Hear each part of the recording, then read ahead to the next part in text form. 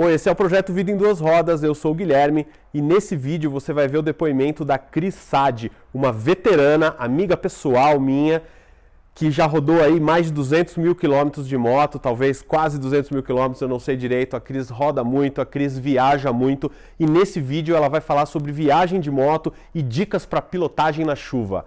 Vem comigo! Meu nome é Cristiane, sou conhecida aqui em Brasília como Sade, porque a gente tem muitas Cris aqui. E aqui a gente tem uma particularidade em Brasília, a gente tem muitas mulheres que hoje pilotam. Pelo exemplo, né, que vai vendo de mulheres pilotando, e aí aquela história, nossa, ela pilota. E assim, no meu caso, eu tenho 1,51 m de altura. Então é aquela história, não, se ela pilota, eu também posso pilotar, né? Porque tem pessoas mais altas que eu, mais baixas é difícil. Então a gente acaba sendo um exemplo, uma referência. Então em Brasília a gente tem muitas mulheres que pilotam e que começaram nos últimos 2 anos e estão amando. Muitas mulheres que eram garupa e que agora descobriram o prazer de pilotar, né? Então estão deixando a garupa e se habilitando para serem pilotas. Eu tenho hoje 48 anos, ando de moto há 10 anos e ando de Harley há 10 anos. Porque tirei minha carteira, andei 10 vezes numa Virago 250 que eu tinha, mas não sabia nem ligar. Eu realmente aprendi a ligar uma moto na motoescola.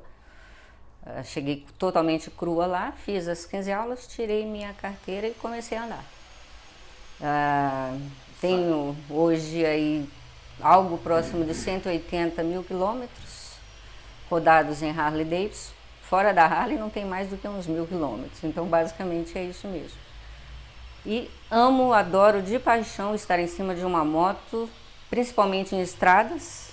Adoro viajar, por isso já fiz muitas viagens. No Brasil já fiz várias viagens ao longo desses anos, até em lugares meio inusitados, como Porto Murtinho, que é lá na divisa do Mato Grosso com o Paraguai. E já fiz viagens muitas para o exterior também, América do Sul, Uruguai, Argentina e Chile, já fui 3 vezes. E sempre a minha história é, eu saio de casa com a minha moto e volto para casa com a minha moto. Eu não gosto, por princípio meu, de encarretar a moto e pegar na fronteira e andar em algum lugar. No Brasil as estradas são piores, de fato são, mas para mim faz parte do trajeto e faz parte do ser motociclista. Porque você não pode se dar ao luxo de dizer que vai andar só em boas estradas, né? Então você tem que estar preparada e tem que estar disposta a vencer qualquer situação, principalmente em longas viagens, como já fiz de 6 mil quilômetros, 7 mil, 8 mil, 9 mil, a maior que eu fiz foram 11.200 quilômetros. Uma viagem de 19 dias, Uruguai, Argentina e Chile, saindo de casa e voltando para casa. E nos Estados Unidos já fiz várias rotas também, a rota 66 completa, saindo de Chicago e chegando a Los Angeles. Já fiz a Rota do Blues, já passei na Tail of the Dragon, um sonho nosso, que são 319 curvas em 11 milhas, são aproximadamente 17 quilômetros. Muito bacana, já passei nos Caracoles, que são as fronteiras, né, entre Argentina e Chile, que são as várias curvas, né? Várias curvas em muitos poucos quilômetros também, por isso chama Caracoles. E já enfrentei todo tipo de estrada, todo tipo de clima, muito calor, muito frio, muita chuva e tudo isso na mesma viagem. Então, com tudo isso, você adquire muita experiência em como se preparar, o que preparar em termos de acessórios, roupas para o motociclista. E é um desafio interessante, porque você viajando na sua moto, tudo que você tem para levar e vai precisar utilizar está ali com você, na sua máquina, né? Você não tem ali nenhum carro te ajudando, você não tem um outro lugar te esperando para entregar ou pegar o seu equipamento. E você pode precisar dele a qualquer momento. Então ele realmente tem de estar com você. E até nesse sentido você tem de saber preparar a sua moto. Aquilo que você vai usar num pernoite, aquilo que você vai usar mais adiante numa parada e os equipamentos que a qualquer hora você pode precisar. Como, por exemplo, uma mudança de luva de verão para frio, para chuva, tirar e colocar uma capa de chuva, um forro, uma jaqueta mais pesada, uma jaqueta mais leve, Uma balaclava que você está utilizando, que você tem que trocar uma de verão por uma de inverno. Proteção de pescoço, que para mim é uma coisa fundamental, porque eu tenho muito problema de garganta, então eu preciso utilizar, e você também tem que estar trocando uma mais fina por uma mais grossa. Então isso tudo são coisas que tem de estar à mão. Os produtos que a gente tem para limpar a viseira, que são absolutamente essenciais, isso é uma coisa interessante, que eu vejo que muitos motociclistas não têm preocupação e cuidados com o seu capacete e principalmente com a sua viseira. E quem me conhece sabe que eu sequer gosto que ponham a mão no meu capacete, eu não gosto que peguem o meu capacete. Exatamente por essa questão de cuidado, não estar andando e estar batendo, a gente não observa muito isso, mas a viseira do seu capacete é a lente do seu óculos. Se você tem um arranhado, se você tem pontos ali que você machucou, aquilo compromete de forma vital a sua visão. Se não compromete de dia com o sol quente, a hora que você pegar uma chuva, a hora que você estiver numa situação em que você teve que pegar uma noite, uma estrada, com os faróis contrários vindo na sua visão, e se pegar chuva nessa situação de noite, qualquer detalhezinho na viseira do seu capacete vai comprometer muito a sua visibilidade, vai te incomodar profundamente. Então eu tenho muito cuidado com o meu capacete, com a minha viseira. É uma peça, um equipamento do motociclista que deve ser muito bem preservado. Então tem aqueles produtos, né, para você limpar a viseira, tem o anti-embaçante e tem o cristalizador, que faz com que numa situação de chuva, o cristalizador ele cria uma proteção e os pingos de água vão batendo e vão escorrendo, não ficam parados. Porque como a gente não tem o limpador, né, como um carro tem, se a chuva bater na sua viseira e ficar parada, você simplesmente não enxerga nada. Chuvinha fina, assim? Chuvinha fina, chuvinha, mesmo a grossa, ela bate e escorre. Sem aquilo, ela vai ficando. Então, assim, isso é essencial você ter à mão ali no seu equipamento. Começou a chover, se você parou num posto, alguma coisa, você cuidar do seu capacete, dar esse tratamento que você segue de forma muito mais tranquila. Então, assim, tudo isso é um aprendizado, né, em relação coisas que a experiência traz para você. Que eu não sabia na primeira viagem, que na segunda eu senti falta de alguma coisa, que na terceira eu aprendi o que tinha que levar e levei coisa demais. E aí ficou complicado porque compromete a sua pilotagem, compromete para você manobrar a moto, você se cansa com o peso da moto nas paradas. É complicado quando você para no hotel ter de tirar aquilo tudo da moto, subir com aquilo tudo no dia seguinte, desce com tudo, monta a moto de novo, você gasta muito tempo, você se cansa. Então eu fui aprendendo a não levar tanta bagagem como peças de roupas para trocar e levar mais coisas essenciais. Ainda tenho muito a aprender nesse sentido, mas hoje eu consigo viajar com a minha moto bem mais leve.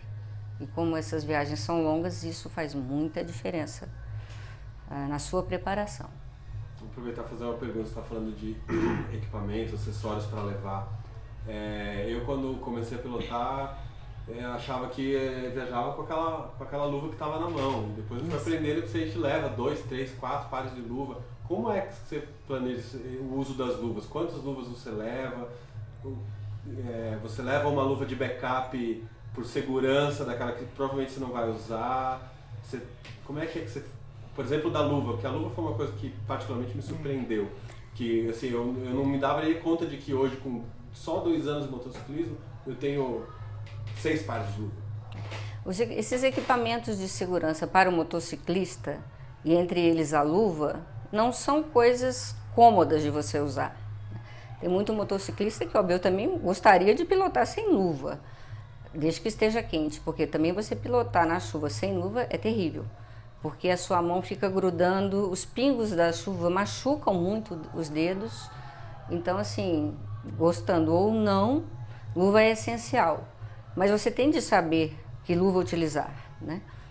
Em viagem, você tem de ter aquelas luvas que têm a proteção aqui para esses pontos dos dedos e para o punho, porque a mão tem ossos muito pequenos e muito frágeis, e se você quebra um, o estrago é grande.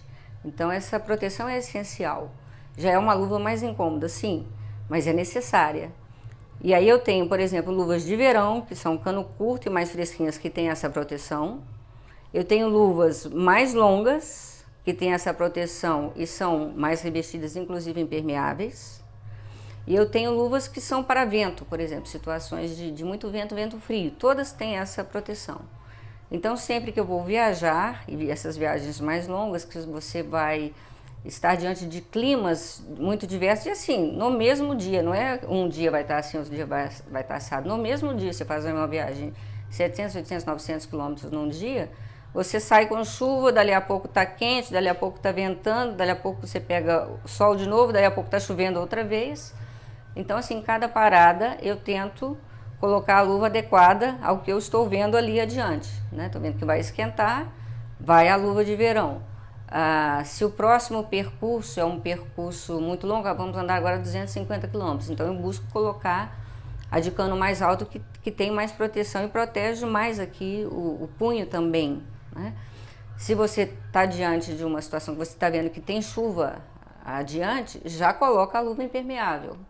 Porque quando as suas extremidades molham, as mãos e os pés, isso compromete toda a sua situação, sua resistência física. Então é ideal estar protegido. Eu não sei nem te dizer quanto, eu acho que por baixo uns 15 pares de luva. Entre luvas para a cidade, que são luvas de verão sem essa proteção. Tenho várias luvas de couro que... Aí é aquela questão de estética de mulher, né? Mais bonitinha e tal, para usar na cidade também. Tenho luva preta, tenho luva branca, tenho luva cinza, porque a gente sai combinando também na medida do possível. Mas assim, quando a questão é estrada, então eu esqueço estética e vou pensar na segurança e na comodidade que você precisa ter ao longo da viagem. Então é uma de verão com proteção, uma mais comprida com proteção, uma impermeável e uma de vento pelo menos. As impermeáveis eu costumo levar até mais de uma, porque embora diga que é impermeável, elas não são. Elas são mais resistentes à água. Mas você numa situação de muito tempo, debaixo de uma chuva muito forte, ela vai molhar.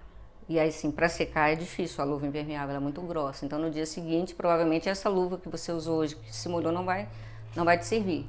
Aí você usa a outra e essa dali a 2 dias já está seca. Então realmente, e assim, é a questão do estar à mão. Não adianta ela estar na sua bagagem, lá de baixo, dentro de uma mala, na parte de baixo do alforje, que você não vai conseguir alcançá-la. Esses equipamentos para mudança têm de estar no alforje, que é o que se tem de mais fácil acesso, né? E não numa bolsa amarrada na mala, no banco, no cicibar, tem que estar no alforje. E ali na parte de cima, assim como a sua capa de chuva e o forro da jaqueta. Tem que ter lugar para eles ali, para você tirar e guardar rapidamente. Eles têm de dar ali para você acessar rapidamente, quando precisar colocá-los também. Mesmo porque em viagens longas, também as suas paradas têm de ser muito bem cronometradas. Você não pode perder muito tempo. Se você ficar 40 minutos em cada parada, numa viagem que você vai fazer de 10 mil quilômetros, no final da viagem você perdeu 3 dias só em paradas.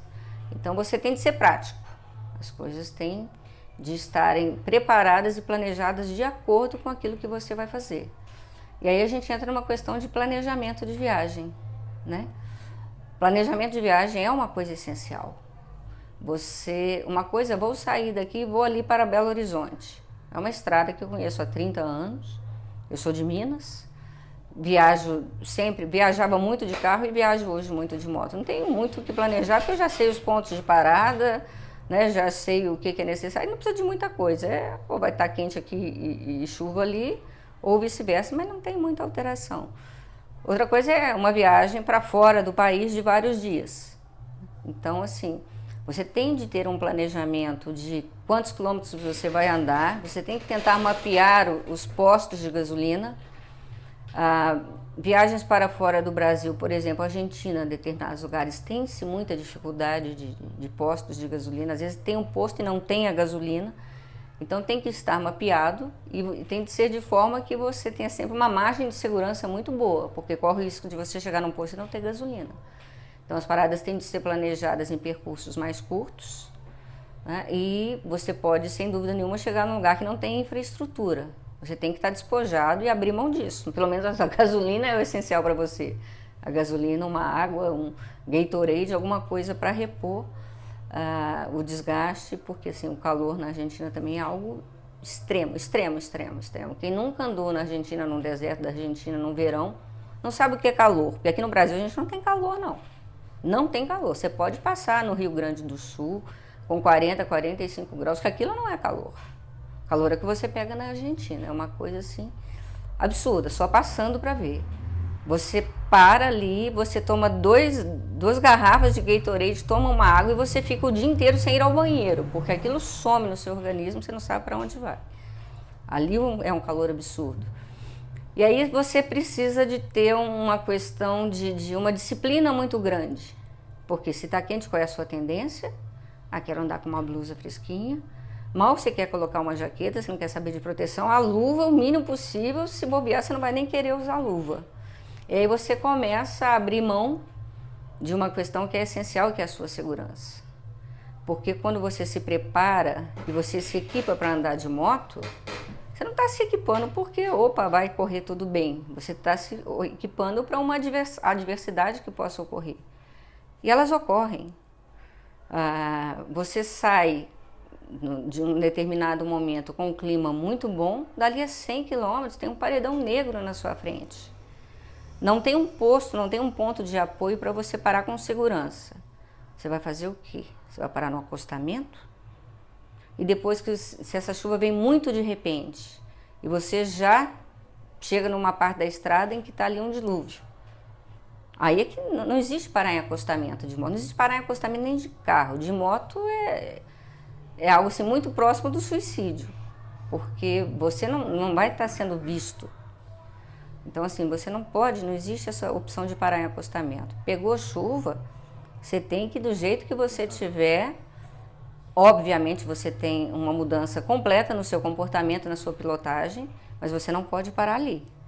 Você vai seguir até um próximo ponto seguro de parada, que vai ser um posto, uma lanchonete, um restaurante, um posto de apoio de pedágios, em que você realmente saia da estrada, estacione com segurança e você tenha tranquilidade para mudar o seu equipamento, para você até parar e esperar aquela chuva muito forte, determinadas situações de chuva, não é nem opção sua querer continuar. A chuva é tão forte que você, mesmo às vezes com cristalizador e com seu capacete bem preparado, você realmente perde a visibilidade. Se você perde a visibilidade, você tem de procurar parar. Você tem de parar sempre com segurança. Você não pode se deixar levar pela situação, pelo receio, pelo medo. Não estou enxergando, vou parar. Não pode ser assim. Você tem de ter, isso tudo vem, né, de um treinamento, de uma experiência, de uma disciplina. Eu sei que eu estou numa situação de risco, está muito desconfortável, eu estou enxergando muito pouco, mas eu tenho de continuar até um posto possível, viável e seguro de parada. Você não pode deixar se levar e parar em qualquer lugar, que a sua situação de risco vai ser muito agravada. Então, assim, deparou com uma chuva forte, porque chuva fraca não impede você de continuar. Uma chuva média não impede você de continuar. Você não tem que andar de moto só no sol. Andar na chuva é até gostoso, você só tem de ter uma preparação e se portar de acordo com aquela situação. Então, assim, se a pista está seca, enquanto ela estiver seca, você pode tocar sem problema. A pista está molhada ou molhou muito, aí, primeira coisa, desacelera, você vai reduzir a sua velocidade. Dependendo do estado da pista, você pode andar 100, 90, 80, 70, 60 km por hora. Depende do nível de intensidade, tanto da chuva que está caindo, quanto principalmente da situação do asfalto, de já estar muito ou pouco molhado. Outra coisa, mas também não pode ser muito menos do que isso, não, porque você tem que lembrar que você está numa rodovia. Ok, os veículos todos vão ter reduzido, tanto caminhões, quanto ônibus, quanto carros, mas eles não vão parar no meio da estrada. Então você não pode andar 40 por hora, porque vão passar por cima, né? Eu acho assim, menos de 60 não existe, é daí para cima, tá? Outra coisa que você precisa fazer numa situação dessa é verificar o asfalto onde você vai andar. E a preferência é sempre por aquele local onde passa o pneu do carro, aqueles 2 trilhos que os pneus dos carros deixam.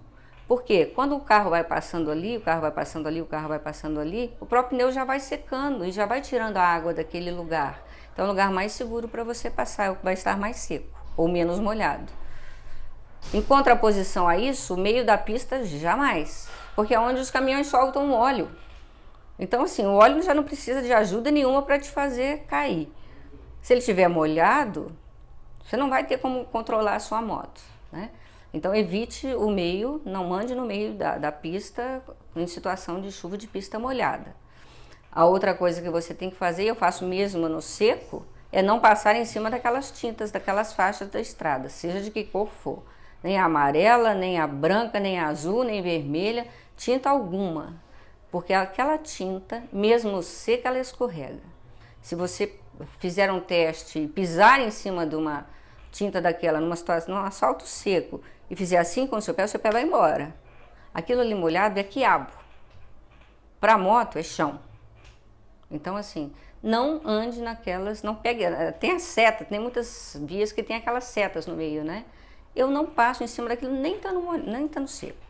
No molhado, então, realmente, e mais uma vez ela vai estar no meio da pista, né? Então, se você tentar sempre passar aonde passam os pneus dos carros, você vai estar sempre mais seguro. Outra coisa é evitar, sem dúvida nenhuma, mais uma vez o acostamento ou qualquer canto mais baixo da pista, direita ou esquerda, porque é onde a água vai estar escoando, né? Onde vai ter maior concentração de água, de lixo, de sujeira, de terra que a água vai empurrando, e se tiver enxurrada é por ali que está pior. Então o lugar mais seguro é sempre seguindo ali as pistas das rodas mesmo, do pneu dos carros, tá? E diminui. E outra coisa, curva. Curva é uma coisa assim absolutamente fantástica, deliciosa, amo de paixão, meu Deus do céu, o que eu mais gosto na minha vida é de fazer curva em moto, em estrada. E eu não gosto de curva de baixa não, eu gosto de curva de alta. Eu acho muito gostoso fazer curva de alta, mas você tem que ter algumas técnicas para isso, você não pode entrar na louca, porque vai estar se arriscando muito. Então assim, na chuva, curva é moto em pé, você não tomba moto em curva, em pista molhada. Porque se você tombar, a borracha que vai estar no chão para aderência já é muito menor, né? A banda de borracha. E se ela está deitada, a tendência dela é de deslizar. Então, curva com pista molhada tende a ser a moto retinha. Você pode até fazer uma curva mais quadrada, não se preocupe com a estética nesse momento. Faça uma curva até mais quadrada, mas faça a curva com a moto em pé, não deite, que é muito perigoso. Então, assim, são basicamente, tendo estes cuidados na pista molhada, você pode continuar, que você não vai estar em situação de risco. Para mim, o maior perigo da chuva é realmente a questão da visibilidade. Se comprometeu de fato a visibilidade, não é que ficou desconfortável, é que realmente você não está enxergando. Procure o local mais seguro para você parar. Pode ser que você encontre dali a 20 km, a 30, pode ser que você não encontre, a chuva acabe passando. Mas você tem de ter essa disciplina, saber como se portar, manter-se calmo para você vencer essa situação, porque ela vai aparecer na sua vida. Se você sai para fazer viagens, você vai se deparar com isso, né? E assim, não tira o prazer, não tira de forma alguma o prazer da pilotagem. É uma situação que daquele momento você vai estar mais tenso um pouco, mas faz parte também. Assim como você, por exemplo, passar em qualquer estrada que você não conheça, né? Você não vai conhecer a estrada, eu só vou passar onde eu conheço? Não. Você vai principalmente passar em locais que você não conhece, porque é isso que você quer, conhecer lugares novos, né? E não tem problema, desde que você saiba como se portar, não importa se você conhece ou não conhece. Tem muito uma questão que eu ouço muito falar de, você tem de ter medo da moto, né? O medo te dá uma certa questão de você se preservar mais. Eu coloco isso de uma forma diferente. Eu não acho que medo é bom, não. Eu acho que medo te trava, medo te deixa inseguro, medo vai deixar você numa situação de pilotagem ruim. Eu acho que você tem de ter respeito. Você tem de respeitar aquele seu equipamento e você tem de respeitar as vias onde você está acessando. Então, técnicas para curva. Gosta de curva? Ótimo. Aprenda a ter técnicas para fazer. Você vai fazer as curvas com muita segurança, desde que você saiba como entrar, como se portar nela e de repente numa situação de, nossa, a curva era pior do que eu imaginava. Você, mais uma vez, disciplina para saber como se portar e não, por exemplo, mexer no freio. Porque se você frear no meio de uma curva, você vai perder de vez a tangente, né? E principalmente freio dianteiro. Aliás, freio dianteiro é uma questão interessante, né? Nossa, freio dianteiro é assim... Para eu falar de freio dianteiro, vou falar um pouquinho para você de motos de altas cilindradas, tá? Eu, como disse, tirei a carteira, já fui logo andando e eu tinha uma Virago 250, que é o que dava para minha altura, né? É uma moto muito gostosa, muito interessante, mas ela pesa 147 quilos, ela é levinha. E realmente ela é muito baixinha. Só que eu andei 10 vezes na Virago. E para quem conhece Brasília, eu moro em Taguatinga e trabalho no plano piloto. Então a gente tem uma via, que é uma via ali de, acho que uns 16 quilômetros talvez, a EPTG estrutural, que são vias de largas, pistas largas, são pelo menos 3 pistas em cada um. E assim, muito aberto, Brasília toda é muito aberta, né? A gente está num planalto, né? Tudo muito aberto. Então o vento é muito forte. E aí você numa Virago, numa EPTG ou numa estrutural, nossa, o vento te joga para onde quer. Porque a sua moto não tem peso nenhum.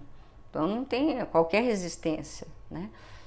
Então assim, é uma pilotagem que me deixava muito insegura. Porque eu ficava assim na moto, e assim, né? Era muito ruim, eu não me sentia confortável com aquela situação. E também assim, não tinha muito motor, né? 250 cilindradas, então assim... O que ela vai te responder é relativo, né? Ela não, se você precisa fazer uma ultrapassagem com uma maior agilidade e tal, você não tem muito motor para te responder.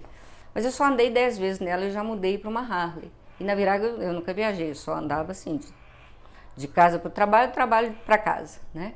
Aí comprei logo uma Harley e assim, eu já peguei a Harley, não existia Harley em Brasília na época, isso foi... Finalzinho de 2006, foi em novembro de 2006. Então eu comprei em Belo Horizonte, que era a agência mais próxima que nós tínhamos, só que eu tirei em São Paulo, porque a moto estava em São Paulo. E tinha um ROG Rally ali no feriado de 2 de novembro, lá em Campos do Jordão. Então eu peguei um avião com as roupas que eu tinha recém comprado e que nunca tinha usado, para falar a verdade, roupas de gordura, jaqueta, uma bota... cano longo para proteger, bota também é uma coisa muito importante, você tem que proteger o seu tornozelo, tem que proteger os seus pés muito bem, porque o pé também quebrou, você vai ter problema. Os ossos do pé também são muitos ossinhos e ossinhos muito finos, né? Então comprei esse equipamento, entrei num avião, fui para São Paulo, depois peguei um táxi, fui para a concessionária e fiquei lá esperando para ver qual era a minha moto, porque eu não sabia, eu tinha comprado pelo site, porque a minha irmã disse que eu podia comprar. Eu não conhecia, nunca tinha visto a moto. Enfim, tirei a moto e nós fomos lá para Campos do Jordão. E aí eu comecei a minha aventura. Nessa ida para Campos do Jordão, que já é uma serra, aliás, uma serra deliciosa, fantástica, só que foi a minha primeira viagem, primeira vez que eu andava na moto, e eu saí de uma moto de 147 quilos, que eu tinha andado 10 vezes contados nos dedos, para uma moto de 255 quilos. E bem mais alta, e bem mais imponente. E que tinha só 883 cilindradas, que foi uma Harley Sportster Low, que era mais baixa do que a normal, mas uma moto de 883 cilindradas, 255 quilos. E pegamos a serra de Campos do Jordão. E olha que bonitinho, pé d'água. Pé d'água. Não era chuvinha, era pé d'água. Então foi assim, o batizado de tudo, né? Entrei na primeira curva, ainda estava seco, e aí eu entrei e eu abri demais. Eu me dei conta que eu tinha aberto demais. Na segunda eu já entrei direitinho. Eu já falei, opa, não é assim que faz curva. Na segunda eu já peguei a tangente mais certinha e já fui entrando mais dentro. Na quinta curva, pé d'água. Começou ali na serra mesmo.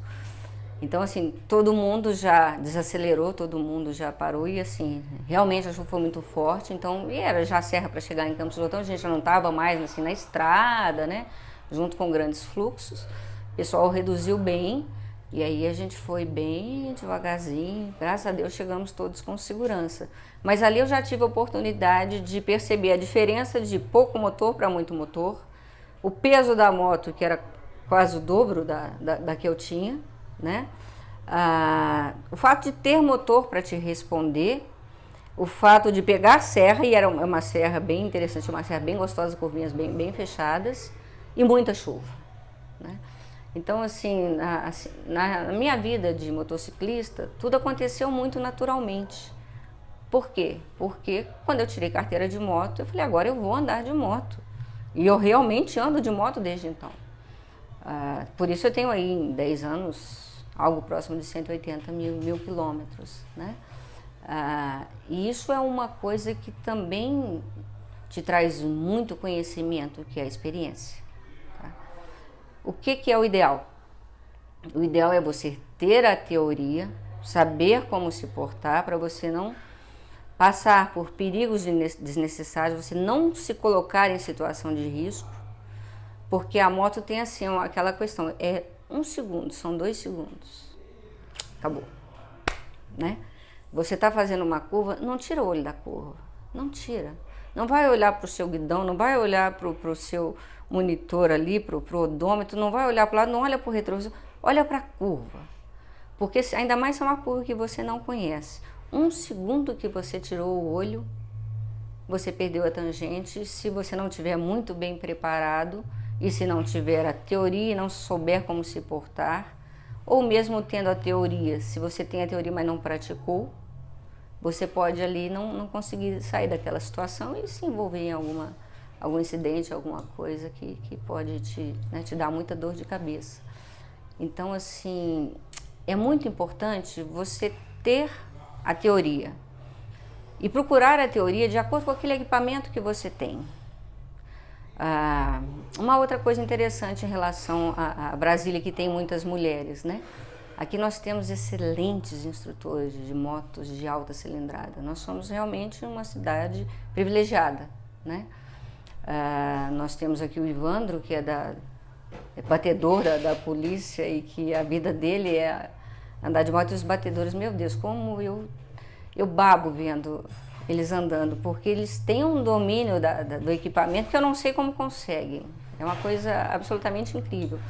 Então temos o Ivandro, temos o mestre Heleno, que é não só da Polícia Rodoviária Federal e batedor e foi a vida inteira, como ele foi instrutor de batedores da Polícia Rodoviária Federal. Então, assim, nós somos privilegiadas, nós temos aqui essas pessoas para dar curso para a gente, né? E as mulheres, essas mulheres que eu comentei, que vêm crescendo o entusiasmo e o número de mulheres pilotando, acho que não tem uma ou duas que tenham dito que não estão fazendo ou não fizeram cursos com eles. Porque a mulher tem essa preocupação. Eu acho que é uma coisa histórica da mulher, né? O ter um cuidado maior, porque eu acho que ela tem aquela questão de que tem que cuidar da família, tem que cuidar do filho, então ela tem um cuidado maior com a sua segurança, porque ela tem outras pessoas para cuidar. Eu acho que é por aí, não sei te explicar.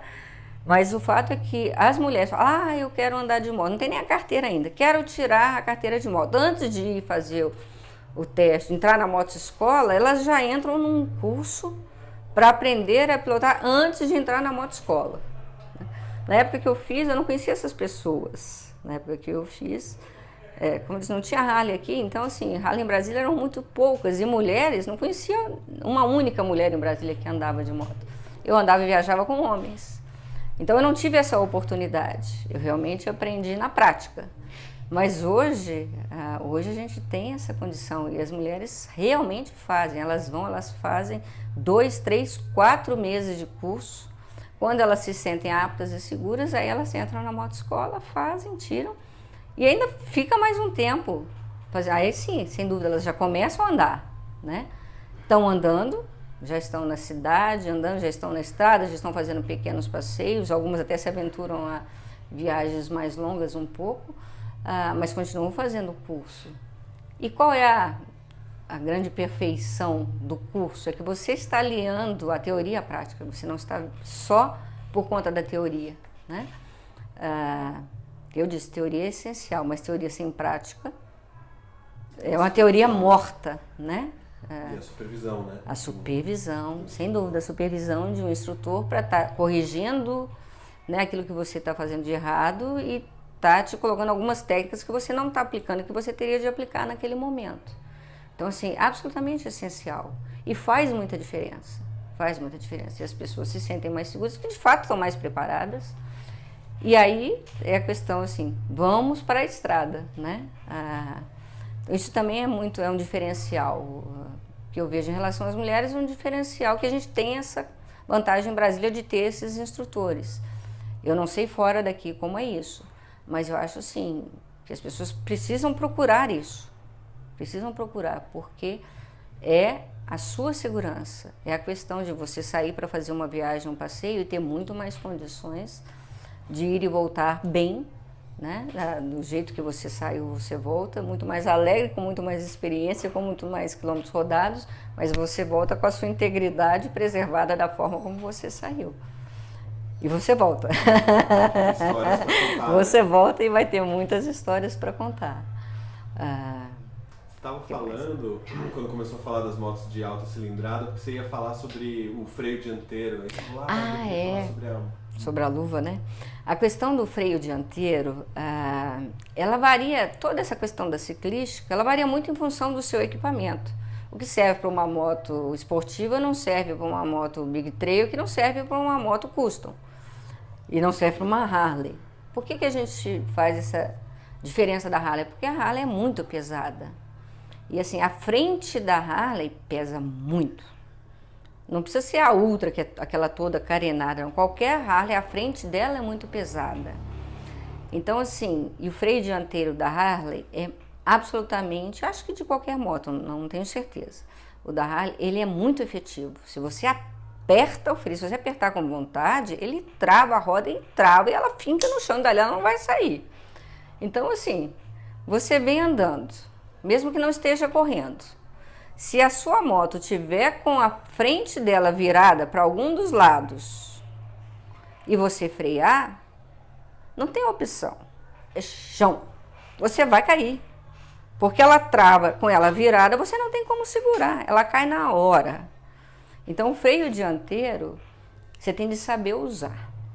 Você tem de saber usar muito bem. E aí não tem história, não. Aí é curso. Aí é realmente um instrutor que vai te ensinar como é que usa aquilo, ou então vai ser a sua experiência. E tomara que não seja experiência caindo, tomara que você aprenda sem ter de cair. Eu não uso freio dianteiro. É uma coisa que eu já me condicionei a não usar. Não usa nunca? Não, uso assim. Parei a moto, né? Tava andando, e assim, é questão muito de, mais uma vez, experiência e preparo e atenção, né? A direção defensiva. Eu já fazia isso em carro. E aí tem uma outra questão. Experiência que você tem de trânsito conta muito. Não sei, começando a andar de moto agora, mas você tem experiência de trânsito. Então isso é um grande diferencial na forma da sua pilotagem, porque você já está acostumado. Você olha para cá, você olha para lá, é um olho na frente e dois atrás. Você está vendo o que está acontecendo à sua frente, ao seu redor. Se de lá daquela pista de sinal está vindo um carro que talvez pode ser que entre aqui na via. Se tem alguma coisa de lá, se você está passando numa situação que tem algum mato próximo, que pode sair um animal correndo na sua frente. Se você vai entrar numa via urbana, entrou na via urbana, eu reduzo. Estou em grupo, vai embora? Pode ir, porque eu vou ficar, porque eu reduzo. Porque pode aparecer uma bola, atrás dele um menino, um senhorzinho e um animal. E eu não atropelo animal. Eu não atropelo animal, eu sou apaixonada com animais. Então, assim, eu já olho antes e já vou avisando. Ó, tem um bicho ali, vem um bicho ali, tá ali, pode ser que ele atravesse. A gente, quando anda em grupos, anda com intercomunicadores, né? A gente vai se falando. Então, você já está sempre com o olho no retrovisor, vendo atrás. Você vai reduzir, você olha atrás, vê se não tem algum louco que não está vendo que você vai reduzir, se você pode, de fato, reduzir. Para você sair, se não vem nenhum louco atrás, dá tempo de você sair. Se ele está vendo que você vai dar a seta, que você vai encostar, e se não vem nenhum carro ali naquela paralela, naquele acostamento. Isso eu estou dizendo assim, para uma entrada e saída de posto. Não é para você parar no acostamento, porque acostamento a gente não para, né? Então, tudo isso você já aprendeu do carro, e na moto você usa isso potencializado. porque é uma questão de sobrevivência e de segurança. Então você tem de utilizar. Então se eu estou vendo que tem ali um potencial bloqueio ou que os carros estão reduzindo, ó, aquele pessoal ali já está indo em menor velocidade, eu já vou reduzindo a minha moto, eu não vou esperar para chegar em cima e frear. Então eu freio com o de trás ou desacelero. A Harley tem um motor muito forte, quando você tira a mão do acelerador, a desaceleração dela já é brutal. Muitas vezes não precisa frear não, desacelerou, pronto, ela já vai parando, se você está com distância suficiente, parou. Aí no momento que eu paro, eu aperto o freio dianteiro. Porque eu seguro a minha moto parada no freio dianteiro, mas eu já estou parada e a minha frente está reta. Então não tem o menor problema. Mas existe um comentário geral, assim, quase unânime, de que você tem que usar o freio dianteiro mais do que o freio traseiro. Com aquela frenagem 70-30, né? 70% do dianteiro, 30% do... Essa questão que falam da frenagem 70-30, assim, são situações extremas. É aquela situação que você está em alta velocidade e de uma hora para outra acontece uma barreira na sua frente que você tem que parar ali num curto espaço de tempo. Então é uma situação absolutamente excepcional. Aí sim tem a questão do 70-30. Porque é a questão que o que vai parar a sua moto é o freio dianteiro, não é o freio traseiro. O freio traseiro vai reduzir. Ela vai precisar de um espaço grande, um espaço bem maior para ela ir desacelerando e parando. O que para a moto é o freio dianteiro. Tanto que se não é 100 alguma coisa. Porque se for 100, travou, parou, brecou ali onde tivesse o chão. Então é 70-30. Porque ele vai te dar uma aderência muito grande, vai praticamente parar, mas você não travou a moto. E é nessa situação de emergência mesmo que você tem um espaço muito pequeno para parar. Eu estou aqui, ali a 30 metros, entrou um carro na minha frente, eu tenho que parar, eu não tenho para onde desviar, eu tenho que frear, aí você faz isso. Mas a sua moto também ela não vai estar torta, ela não vai estar virada, ela vai estar reta. Então você tem grande chance, você vai parar e não vai cair. Tá? Então, mas no dia a dia, eu não uso o freio dianteiro. Quando você fala que usa o traseiro, então é porque você antecipa as frenagens com bastante antecedência para reduzir a moto e parar ela lentamente. Exatamente isso. Eu antecipo as situações, eu já estou vendo o que está acontecendo, tem um sinal ali, ficou amarelo, eu sei que eu vou ter que parar. Para que eu vou continuar e parar lá em cima? Não, eu já vou parando antes, já vou... Eu que disse, às vezes nem precisa frear. A própria desaceleração da moto, se você está numa pista que é um pequeno aclive ou até reto, você nem vai precisar do freio, ela já vai desacelerando e para, você realmente, eu só aperto para mantê-la parada, para que ela não volte, tá? E também uma questão assim, da minha altura, como eu não tenho muita disponibilidade de pernas, e a moto é muito pesada, eu paro com os dois pés no chão. Eu não paro uma Harley com o pé esquerdo no chão e o pé direito no freio, porque eu não vou equilibrar, não vou sustentar a moto. Então eu gosto de parar sempre com os dois pés no chão. Então depois que eu estou parada, parei, freio dianteiro, dois pezinhos no chão. É assim que eu paro minha moto. E para arrancar, eu me sinto muito mais segura assim também, porque eu estou com o freio e o acelerador na mesma mão, eu tenho condição de fazer o freio motor e arrancar num morro que seja sem o menor problema. Com o pezinho direito no freio, eu não tenho essa condição e não tenho equilíbrio nem segurança para estar parada com uma moto dessa, com um pé só no morro.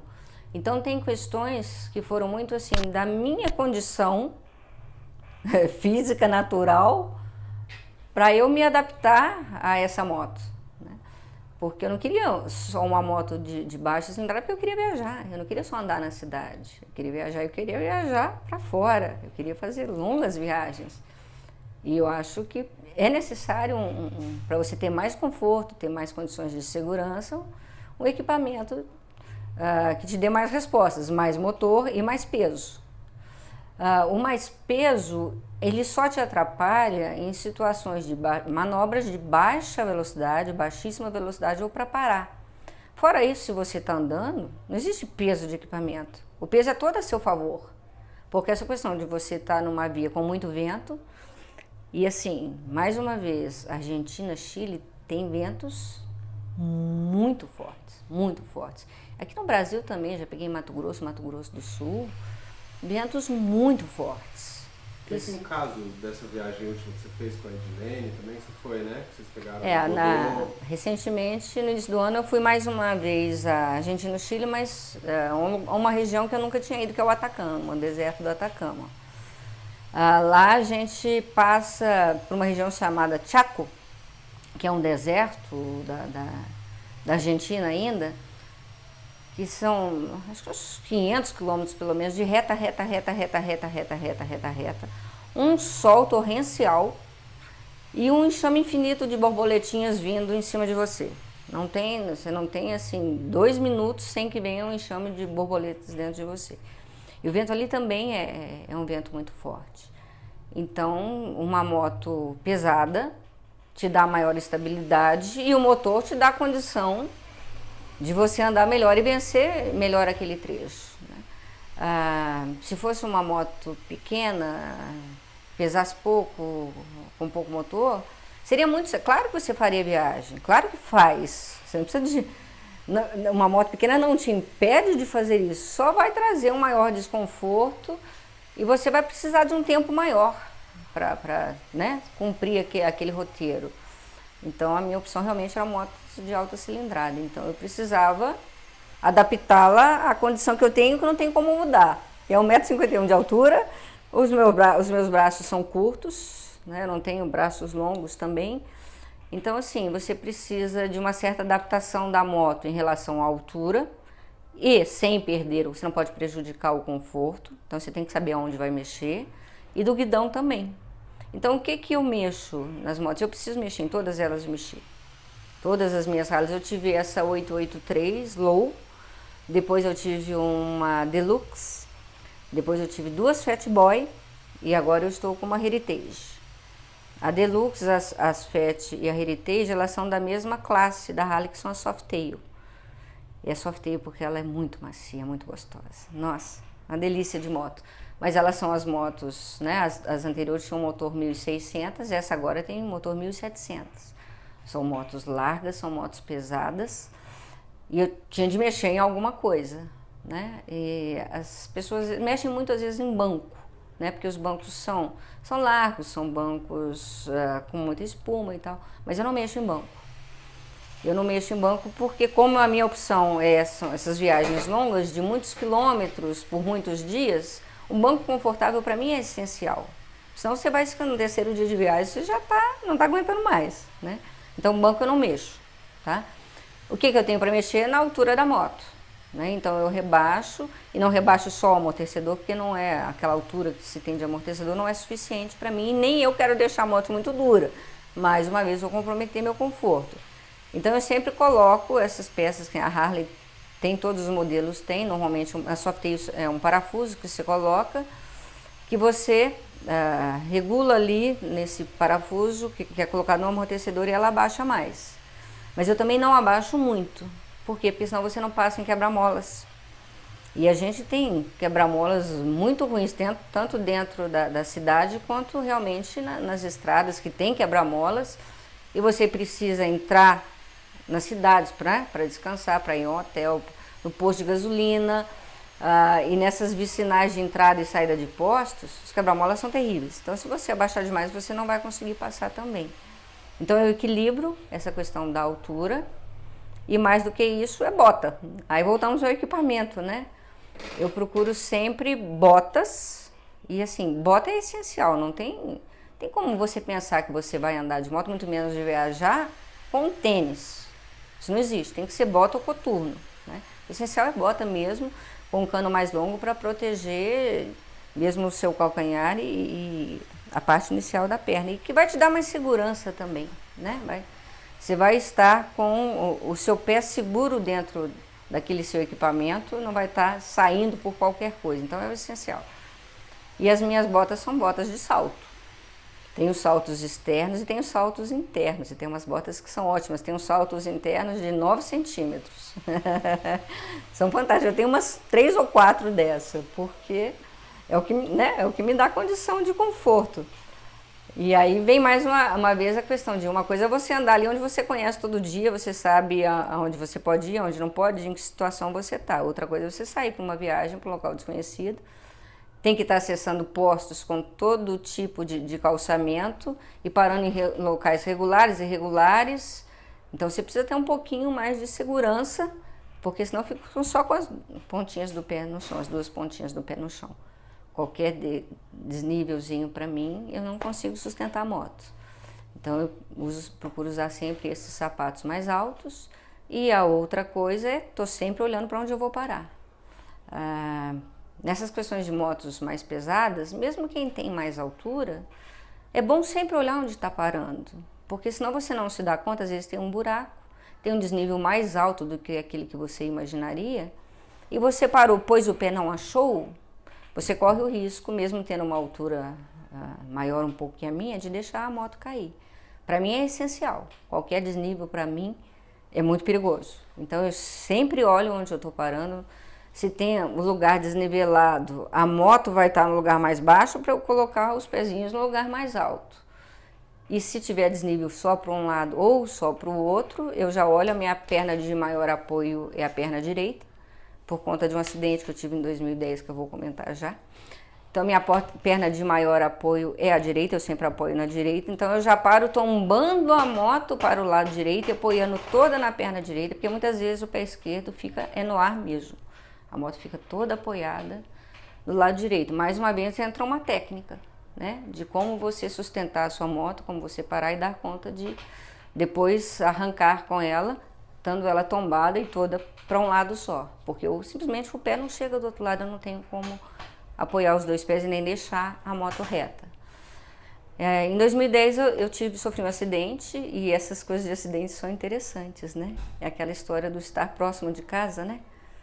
É na pista que eu passo todo dia indo do serviço para casa, que é uma dessas duas que eu comentei, que é a EPTG, em Brasília. Ela estava em obra, isso foi em 2010, setembro de 2010, estava em obra, estavam reformando, alargando, abrindo outras vias. E ela estava absolutamente sem iluminação, um breu total. E a cada dia era uma surpresinha lá. Um dia estavam construindo a vicinal, então era fechado aqui, era aberto só a principal. Aí arrumavam lá e eu mexia na principal, aí fechava a principal, abria a vicinal, que era nova, você não estava acostumado. Você não tinha aquela situação do conhecimento da via, cada dia estava de um jeito.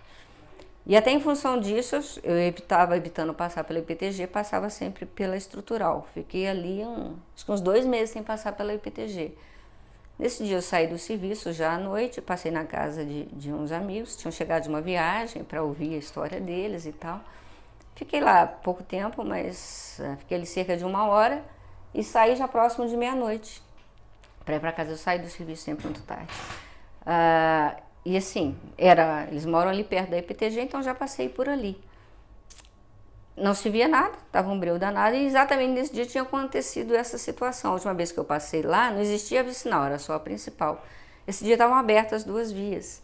E eu cheguei numa situação que era uma bifurcação. A vicinal seguia aqui com 2 vias, a principal fazia uma curvinha e entrava assim, tinha umas 3 vias ali já na principal.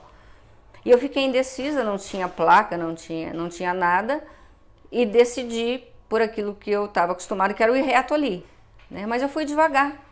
Nessa bifurcação eu fui bem devagarzinho, ainda pensando, vou para cá, vou para lá, não, vou por aqui mesmo, bem devagar. E eu vi no retrovisor que vinha um carro atrás e que vinha muito rápido, mas ele estava à minha esquerda, então eu imaginei que ele ia fazer ali o desviozinho, pegar a curvazinha e pegar a via principal.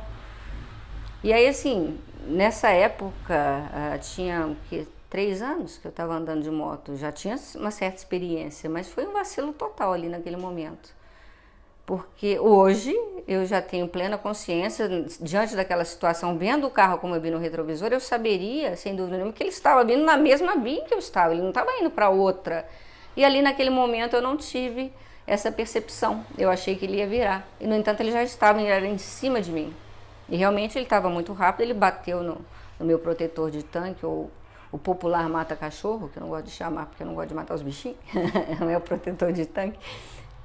O carro bateu ali e foi uma questão assim de 2 segundos. Me jogou longe, para o carro não fez a menor diferença, nem sei se teve algum tipo de avaria ou não, porque ele sequer parou, do jeito que ele veio, ele bateu e foi embora, continuou. E eu simplesmente fiquei rodando igual uma boneca de pano ali no asfalto, quase virei de cambalhota, rezei tanto ali para eu não virar, porque senão o medo era de quebrar o pescoço. Voltei, fiquei rodando ali, caí, não me mexi mais. Um pouco também por aquele condicionamento, caiu de uma, você fica parado, você fica quieto, você não se mexe, né? E também um pouco porque era uma dor tão grande que eu senti que eu realmente não conseguia me mexer. E assim, eu só ando bem equipado. Eu estava de calça jeans, que é uma calça grossa, estava com um coturno, estava com jaqueta, estava com luvas, obviamente com capacete. Então eu não tive um único arranhão, eu não tive uma única escoriação, mas eu quebrei um único osso do corpo, só que é um osso de sustentação do corpo, que é o osso isquiopubiano. Ele quebrou inteiro, de cima a embaixo. Ou seja, eu fiquei 3 meses sem pôr nenhum dos pés no chão. 3 meses depois eu comecei a pôr o pé direito no chão, porque eu quebrei do lado esquerdo. Foi mais 1 mês para colocar o pé esquerdo no chão. Eu fiquei 5 meses de licença e até hoje eu não tenho mais a força que eu tinha na perna esquerda e não tenho mais sustentação na perna esquerda. Por exemplo, eu ter segurança de parar a Harley sustentada na perna esquerda. Não paro mais. Coisa de 2 segundos. Nessa situação, eu poderia, não fui eu que causei o acidente de forma alguma, tenho plena consciência, mas eu poderia ter saído dele. Se eu tivesse um pouquinho mais de atenção, se eu tivesse um pouquinho mais de teoria para perceber que aquela proximidade daquele carro, como eu vi ali no retrovisor, não era na outra pista, era na minha pista, ele estava já em cima de mim, né? Então, eu poderia ter evitado e não evitei. Nesse momento, me faltou a técnica, a perspicácia e a condição de reação que a gente precisa ter, né? São decisões em frações de segundo, que podem te tirar de uma situação de muito perigo. Por isso é que é muito importante você ter a teoria, porque na hora que você... Nossa, é isso que eu tenho de fazer. Puf! Sabe, aquilo já está no seu subconsciente. Se você for parar para acionar, nossa, pode ser isso, pode ser, o que eu vou fazer mesmo? Já era. Já não existe mais. Então, assim, você se preparar é a sua segurança. Eu queria agradecer muito a oportunidade ao Guilherme Noronha, um amigo querido, motociclista também, é do nosso meio, entende a gente, sabe do que a gente está falando e sabe a importância do que a gente está falando. Acho que por isso esse projeto dele, né? É um projeto muito bacana. Quero parabenizá-lo, Gui, por essa iniciativa. Eu acho assim, com isso, esse seu projeto, você vai estar abrindo muito os olhos de muitas pessoas e vai estar dando a essas pessoas a oportunidade de saber o que buscar. Essa condição de ver a importância de uma preparação, tanto em termos de curso, quanto em termos de teoria, quanto em termos de experiência, de equipamento, e a importância da sua proteção e da boa manutenção do seu equipamento, né? De estar sempre com o equipamento revisado. Pneu calibrado é uma coisa absolutamente essencial que tem de ter sempre, os seus espelhos limpos, a sua viseira limpa, uma boa luva, uma boa bota, uma boa vestimenta que vai te dar conforto e proteção. E por meio desse projeto seu, as pessoas vão ter, né, acesso a isso e vão poder ter esse aprendizado sem ter de estar aprendendo ali na prática, no dia a dia, em situações de risco e desconforto. Então, parabéns, muito obrigada por essa oportunidade de dividir um pouquinho, né, a nossa paixão, a nossa vivência, porque a gente ama quando pessoas estão entrando no mundo motociclístico e querem viajar, e querem saber, e querem conhecer. A gente quer contar os casos, a gente quer contar as experiências e quer que essas pessoas estejam muito bem preparadas, né, para que elas também tenham esse prazer e compartilhem desse prazer e sejam tão felizes como a gente é em cima da nossa máquina.